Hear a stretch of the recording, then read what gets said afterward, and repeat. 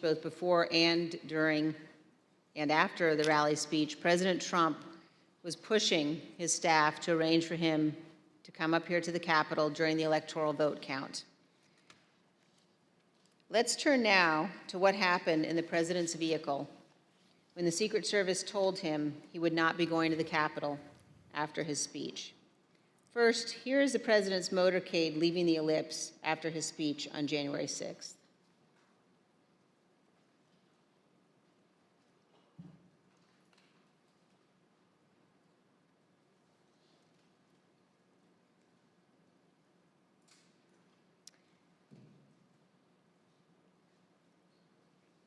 Ms. Hutchinson, when you returned to the White House in the motorcade after the president's speech, where did you go?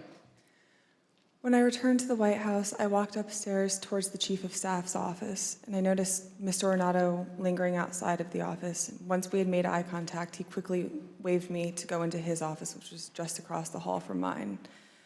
When I went in, he shut the door, and I noticed Bobby Engel, who is the head of Mr. Trump's security detail, sitting in a chair, just looking somewhat discombobulated and a little lost. I looked at Tony, and he had said, "Did you effing hear what happened in the Beast?" I said, "No, Tony, I just got back. What happened?" Tony proceeded to tell me that when the president got in the Beast, he was under the impression from Mr. Meadows that the off-the-record movement to the Capitol was still possible and likely to happen, but that Bobby had more information.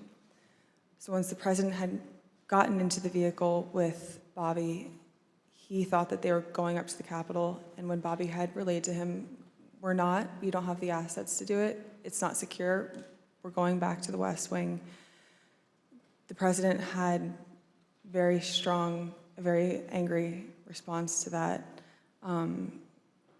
Tony described him as being irate. The president said something to the effect of, "I'm the effing president, take me up to the Capitol now." To which Bobby responded, "Sir, we have to go back to the West Wing." The president reached up towards the front of the vehicle to grab at the steering wheel. Mr. Engel grabbed his arm, said, "Sir, you need to take your hand off the steering wheel. We're going back to the West Wing. We're not going to the Capitol." Mr. Trump then used his free hand to lunge towards Bobby Engel, and when Mr. Ornato had recounted this story to me, he had motioned towards his clavicles. And was Mr. Engel in the room as Mr. Ornato told you this story? He was. Did Mr. Engel correct or disagree with any part of the story from Mr. Ornato? Mr. Engel did not correct or disagree with any part of the story. Did Mr. Engel or Mr. Ornato ever after that tell you that what Mr. Ornato had just said was untrue? Neither Mr. Ornato nor Mr. Engel told me ever that it was untrue. And despite this altercation, this physical altercation, during the ride back to the White House, President Trump still demanded to go to the Capitol.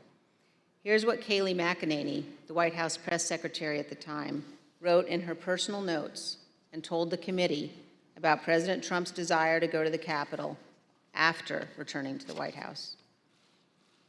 When you wrote POTUS wanted to walk to the Capitol, was that based solely on what the president said during his speech or anything that he or anybody else said afterwards?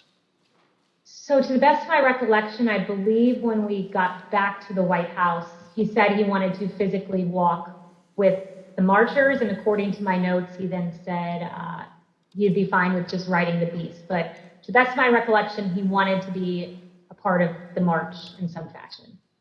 Okay, and just for the record, the Beast refers to the presidential limousine?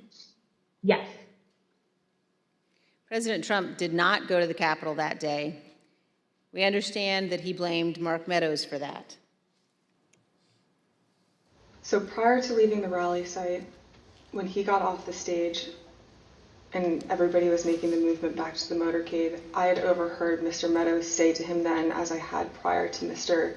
Trump taking the stage that morning, that he was still working on getting an off-the-record movement to the Capitol. So when Mr. Trump took the stage, he was under the impression via Mr. Meadows that it was still possible. So when he got off the stage, I had relayed to Mr. Meadows that I had another conversation with Tony. The movement was still not possible.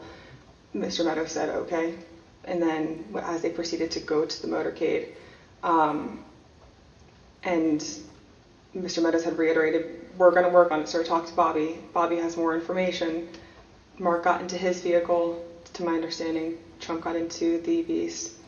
And after we had all arrived back at the White House, later in the day, it had been relayed to me via Mark that the president wasn't happy, that Bobby didn't pull it off for him, and that Mark didn't work hard enough to get the movement on the books.